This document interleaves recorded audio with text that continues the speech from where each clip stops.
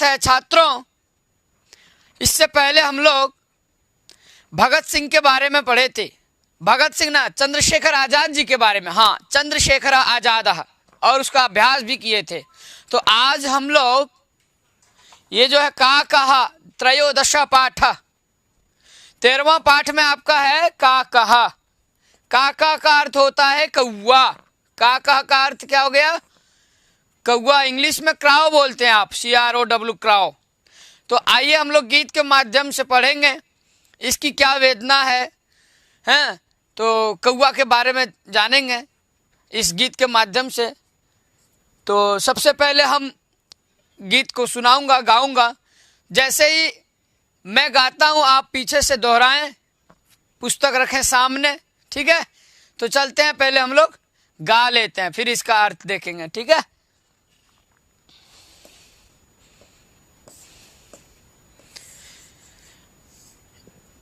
एक कह तृषा पीडिता, जलम ना लभत दूरे दूरे।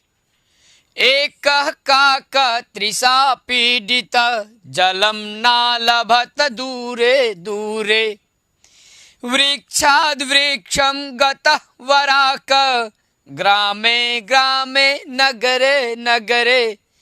वृक्षाद् वृक्षं गतः वराक, ग्रामे ग्रामे नगरे नगरे। एक का तृषा पीडितः, जलम न लभत दूरे दूरे। आगे क्या है? तो एकम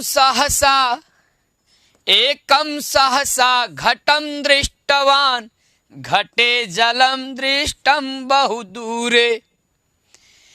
खंडम खंडम पाषाणानां, क्षिप्तवान का कह जल मध्य।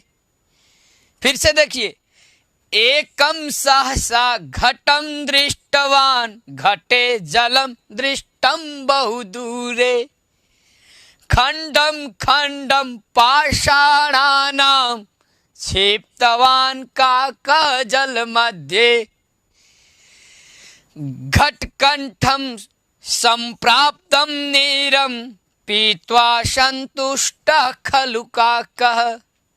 घटकंठम संप्राप्तम नीरम, पीत्वा संतुष्टः खलु काकः। बुद्धिपूर्वकं यत्नं कुरुते, वदन सफलतां लभते काकः। क्या लिखा है कि घटकंठम संप्राप्तम नीरम, पीत्वा संतुष्टः खलु काकः। बुद्धिपूर्वकं यत्नं कुरुते, वदन सफलतां लभते काकः। एक बार और देख लीजिए। एक का तृषा पीडिता, जलम न लभत दूरे दूरे। वृक्षात् वृक्षं गतः वराक, ग्रामे ग्रामे नगरे नगरे। अब इसके अर्थ को देखेंगे। कहता है एक का तृषा पीडिता। ध्यान से देखिए, एक का तृषा पीडिता अर्थात एक जो कौवा है, एक का अर्थात एक कौवा, ठीक है? और वह पानी से प्यासा है, और प्यासा है अर्थात प्यास से पीड़ित। तृषा पीड़िता मतलब प्यास से पीड़ित है। तो एक कौवा प्यास से पीड़ित, और जलम ना लभत दूरे दूरे, वह दूर दूर तक गया किंतु उसको जल नहीं मिला। तो जलम ना लभत, दूर दूर तक उसको जल नहीं मिला। फिर क्या है? वृक्षात् वृक्षम गतः वराकः, वह बेचारा, वराका का अर्थ होता है बच्चों बेचारा। तो कौन बेचारा? कौवा बेचारा। वृक्षात् वृक्षम गतः, एक वृक्ष से दूसरे वृक्ष को जाता है, और ग्रामे ग्रामे नगरे नगरे, गांव गांव नगर नगर जा रहा। क्यों जा रहा? पानी पीने के लिए, क्योंकि वो प्यास से पीड़ित है। तो प्यास से जो पीड़ित है कौवा, वह एक वृक्ष से दूसरे वृक्ष, कभी गांव गांव नगर नगर पानी पीने के लिए जा रहा है, किंतु उसको पानी नहीं मिल रहा है। आगे देखिए फिर क्या लिखा है? एकम सहसा घटम दृष्टवान। ध्यान दीजिए, एकम सहसा घटम दृष्टवान अर्थात उसको अचानक, सहसा का अर्थ होता है छात्रों अचानक। तो अचानक उसको एक घड़ा दिखाई दिया, एक सहसा, है ना, एकम सहसा। एकम अर्थात घटम, सहसा का अर्थ हो गया अचानक। अचानक वह एक घड़े को देखा। उसने क्या देखा? एक घड़े को। एकम घटम दृष्टवान, घटे जलम दृष्टम बहुदूरे। जब उसने घड़े को देखा तो उस घड़े में जल बहुत दूर में था, मतलब कम जल था, है ना। तो घटे जलम दृष्टम बहुदूरे, तो घड़े में जल बहुत कम था, अर्थात नीचे था, बहुत दूर में। आगे क्या लिखा है? खंडम खंडम पाषाणानाम, जो पत्थर होता है उसके टुकड़े को खंडम खंडम पाषाणानाम खंडम, तो उस पत्थर के टुकड़े को वो क्या करता है? क्षिप्तवान का कहा, यानी क्षिप्तवान का अर्थ होता है फेंका, फेंक दिया। किसमें? तो जल मध्य, उस जल के बीच में, घड़े में जो जल था उस बीच में, जल के बीच में वो खंडम खंडम पाषाणन, तो पत्थर के टुकड़े को वहां फेंक दिया, उसमें फेंका। ठीक है। फिर लिखा घट, घट कंठम संप्राप्तम नीरम, जब जल उसके कंठ तक पहुंचा, ठीक है ना, तो पीत्वा संतुष्ट खलुका का, तो वह कौआ उस पानी को पीकर संतुष्ट हो गया। घट कंठम संप्राप्तम नीरम पीत्वा संतुष्ट खलुका का, अर्थात वह जल जब उसके कंठ तक पहुंचा, ठीक है, कंठम संप्राप्तम, तो उस पानी को पी करके, जल को पी करके वह संतुष्ट हुआ, वह कौआ संतुष्ट हुआ। आगे बुद्धि पूर्वकम यत्नम कुरुते वदन सफलताम लभते का कह, कहता है यदि आप बुद्धि पूर्वक प्रयत्न करेंगे तो बताइए सफलता कौन नहीं पाएंगे, चाहे वह पुरुष हो चाहे वह स्त्री हो, जो भी यदि बुद्धि पूर्वक मेहनत करता है, बुद्धि पूर्वक यत्न करता है। देखिए यहाँ लिखा है ना, बुद्धि पूर्वकम यत्नम कुरुते, यदि आप बुद्धि पूर्वक यत्न करेंगे तो निश्चित ही आपको सफलता मिलेगी, है ना। जैसे उस कौवे ने क्या किया कि बुद्धि पूर्वक छोटे छोटे पत्थर के टुकड़ों को उस पानी में, अर्थात जो घड़े के बीच में जो है डाला, तो वो पानी मिल गया उसको, और पानी पीते ही वह संतुष्ट हो गया। तो छात्रों, ये का कह के बारे में आज हम लोग पढ़ लिए, इसका अर्थ भी देख लिए। अब आगे हम लोग फिर इसका प्रश्न उत्तर को देखेंगे। तो आज के लिए इतना ही। मेरे प्यारे छात्रों, मैं आपसे यही कहना चाहूँगा, आप जहाँ रहो स्वस्थ रहो, व्यस्त रहो और मस्त रहो। और साथ ही साथ यदि आपको यह का कहा, ये जो का कहा गीत पढ़े, यदि अच्छा लगा तो आप जरूर कमेंट्स करें और उसमें कुछ ना कुछ लिखें अपना, और लाइक करें, सब्सक्राइब करें, अपने सारे मित्रों के पास सेंड करें, कोई वंचित नहीं रहे। 6वीं कक्षा की यह पुस्तक है, ठीक है। तो इस पुस्तक में जो है संस्कृत निधि, इस पुस्तक को आप लोग पढ़ें, इसके अर्थ को समझें। तो ज़्यादा ना कुछ कहते हुए, जहाँ भी रहें एक दूसरे से नमः संस्कृताय बोलें। और इतना ही कह के आज की कक्षा यहाँ समाप्त करते हैं, फिर हम अगले एपिसोड में मिलेंगे। नमः संस्कृताय।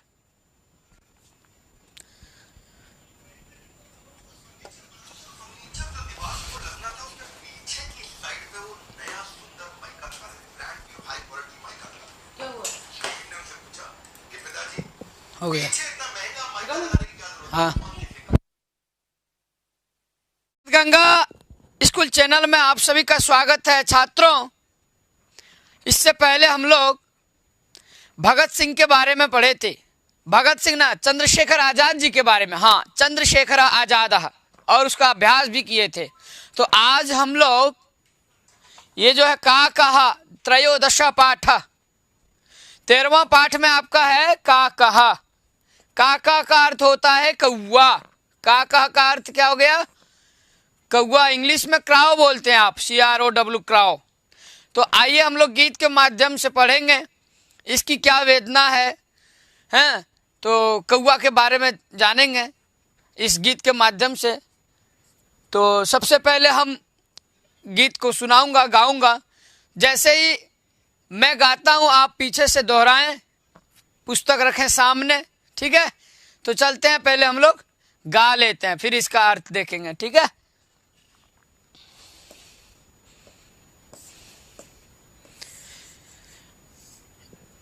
एकः काकः तृषा पीडिता जलम न लभत दूरे दूरे।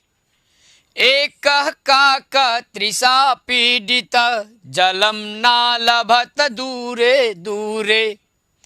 वृक्षाद् वृक्षं गतः वराकः ग्रामे ग्रामे नगरे नगरे।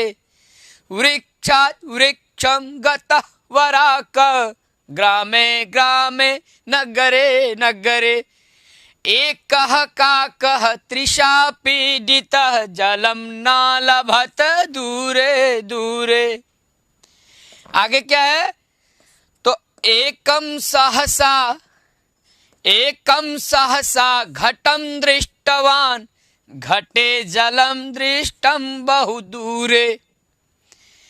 खंडं खंडं पाषाणानां क्षिप्तवान् काकः जल मध्ये। फिर से देखिए, एकं सहसा घटं दृष्टवान् घटे जलम दृष्टं बहु दूरे। खंडं खंडं पाषाणानां क्षिप्तवान् काकः जल मध्ये। घटकंठं संप्राप्तं नीरं पीत्वा सन्तुष्टः खलु काकः। घटकंठं संप्राप्तं नीरं पीत्वा सन्तुष्टः खलु काकः। बुद्धिपूर्वकं यत्नं कुरुते वदन सफलतां लभते काकः। क्या लिखा है कि घटकंठं संप्राप्तं नीरं पीत्वा सन्तुष्टः खलु काकः। बुद्धिपूर्वकं यत्नं कुरुते वदन सफलतां लभते काकः। एक बार और देख लीजिए। एकः काकः तृषा पीडितः जलम न लभत दूरे दूरे। वृक्षात् वृक्षं गतः वराकः ग्रामे ग्रामे नगरे नगरे। अब इसके अर्थ को देखेंगे। कहता है एकः काकः तृषा पीडिता। ध्यान से देखिए, एकः काकः तृषा पीडिता अर्थात एक जो कौवा है, एकः काका अर्थात एक कौवा, ठीक है, और वह पानी से प्यासा है, और प्यासा है अर्थात प्यास से पीड़ित। तृषा पीड़िता मतलब प्यास से पीड़ित है। तो एक कौवा प्यास से पीड़ित, और जलम ना लभत दूरे दूरे, वह दूर दूर तक गया किंतु उसको जल नहीं मिला। तो जलम ना लभत, दूर दूर तक उसको जल नहीं मिला। फिर क्या है, वृक्षात् वृक्षम गतः वराकः, वह बेचारा, वराका का अर्थ होता है बच्चों बेचारा। तो कौन बेचारा, कौवा बेचारा। वृक्षात् वृक्षम गतः, एक वृक्ष से दूसरे वृक्ष को जाता है, और ग्रामे ग्रामे नगरे नगरे, गांव गांव नगर नगर जा रहा। क्यों जा रहा, पानी पीने के लिए, क्योंकि वो प्यास से पीड़ित है। तो प्यास से जो पीड़ित है कौवा, वह एक वृक्ष से दूसरे वृक्ष, कभी गांव गांव नगर नगर पानी पीने के लिए जा रहा है, किंतु उसको पानी नहीं मिल रहा है। आगे देखिए फिर क्या लिखा है, एकम सहसा घटम दृष्टवान। ध्यान दीजिए, एकम सहसा घटम दृष्टवान अर्थात उसको अचानक, सहसा का अर्थ होता है छात्रों अचानक। तो अचानक उसको एक घड़ा दिखाई दिया, एक सहसा है ना, एकम सहसा, एकम अर्थात घटम, सहसा का अर्थ हो गया अचानक। अचानक वह एक घड़े को देखा। उसने क्या देखा, एक घड़े को। एकम घटम दृष्टवान, घटे जलम दृष्टम बहु दूरे। जब उसने घड़े को देखा तो उस घड़े में जल बहुत दूर में था, मतलब कम जल था, है ना। तो घटे जलम दृष्टम बहु दूरे, तो घड़े में जल बहुत कम था अर्थात नीचे था, बहुत दूर में। आगे क्या लिखा है? खंडम खंडम पाषाणानाम। जो पत्थर होता है उसके टुकड़े को खंडम खंडम पाषाणानाम खंडम, तो उस पत्थर के टुकड़े को वो क्या करता है? क्षिप्तवान का कहा। अरे क्षिप्तवान का अर्थ होता है फेंका, फेंक दिया। किसमें? तो जल मध्य, उस जल के बीच में, घड़े में जो जल था उस बीच में, जल के बीच में वो खंडम खंडम पाषाणान, तो पत्थर के टुकड़े को वहां फेंक दिया, उसमें फेंका। ठीक है। फिर लिखा घट घट कंठम संप्राप्तम नीरम। जब जल उसके कंठ तक पहुंचा, ठीक है ना, तो पीत्वा संतुष्ट खलुका का, तो वह कौआ उस पानी को पीकर संतुष्ट हो गया। घट कंठम संप्राप्तम नीरम पीत्वा संतुष्ट खलुका का, अर्थात वह जल जब उसके कंठ तक पहुंचा, ठीक है, कंठम संप्राप्तम, तो उस पानी को पी करके, जल को पी करके वह संतुष्ट हुआ, वह कौआ संतुष्ट हुआ। आगे बुद्धि पूर्वकम यत्नम कुरुते वदन सफलताम लभते का कह। कहता है यदि आप बुद्धि पूर्वक प्रयत्न करेंगे तो बताइए सफलता को नहीं पाएंगे, चाहे वह पुरुष हो चाहे वह स्त्री हो, जो भी यदि बुद्धि पूर्वक मेहनत करता है, बुद्धि पूर्वक यत्न करता है। देखिए यहाँ लिखा है ना, बुद्धि पूर्वकम यत्नम कुरुते। यदि आप बुद्धि पूर्वक यत्न करेंगे तो निश्चित ही आपको सफलता मिलेगी, है ना। जैसे उस कौवे ने क्या किया कि बुद्धि पूर्वक छोटे छोटे पत्थर के टुकड़ों को उस पानी में, अर्थात जो घड़े के बीच में जो है डाला, तो वो पानी मिल गया उसको, और पानी पीते ही वह संतुष्ट हो गया। तो छात्रों, ये का कह के बारे में आज हम लोग पढ़ लिए, इसका अर्थ भी देख लिए। अब आगे हम लोग फिर इसका प्रश्न उत्तर को देखेंगे। तो आज के लिए इतना ही। मेरे प्यारे छात्रों, मैं आपसे यही कहना चाहूँगा, आप जहाँ रहो स्वस्थ रहो, व्यस्त रहो और मस्त रहो। और साथ ही साथ यदि आपको यह का कहा, ये जो का कहा गीत पढ़े, यदि अच्छा लगा तो आप जरूर कमेंट्स करें और उसमें कुछ ना कुछ लिखें अपना, और लाइक करें, सब्सक्राइब करें, अपने सारे मित्रों के पास सेंड करें, कोई वंचित नहीं रहे।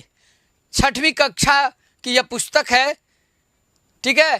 तो इस पुस्तक में जो है संस्कृत निधि, इस पुस्तक को आप लोग पढ़ें, इसके अर्थ को समझें। तो ज़्यादा ना कुछ कहते हुए, जहाँ भी रहें एक दूसरे से नमः संस्कृताय बोलें। और इतना ही कह के आज की कक्षा यहाँ समाप्त करते हैं। फिर हम अगले एपिसोड में मिलेंगे। नमः संस्कृताय।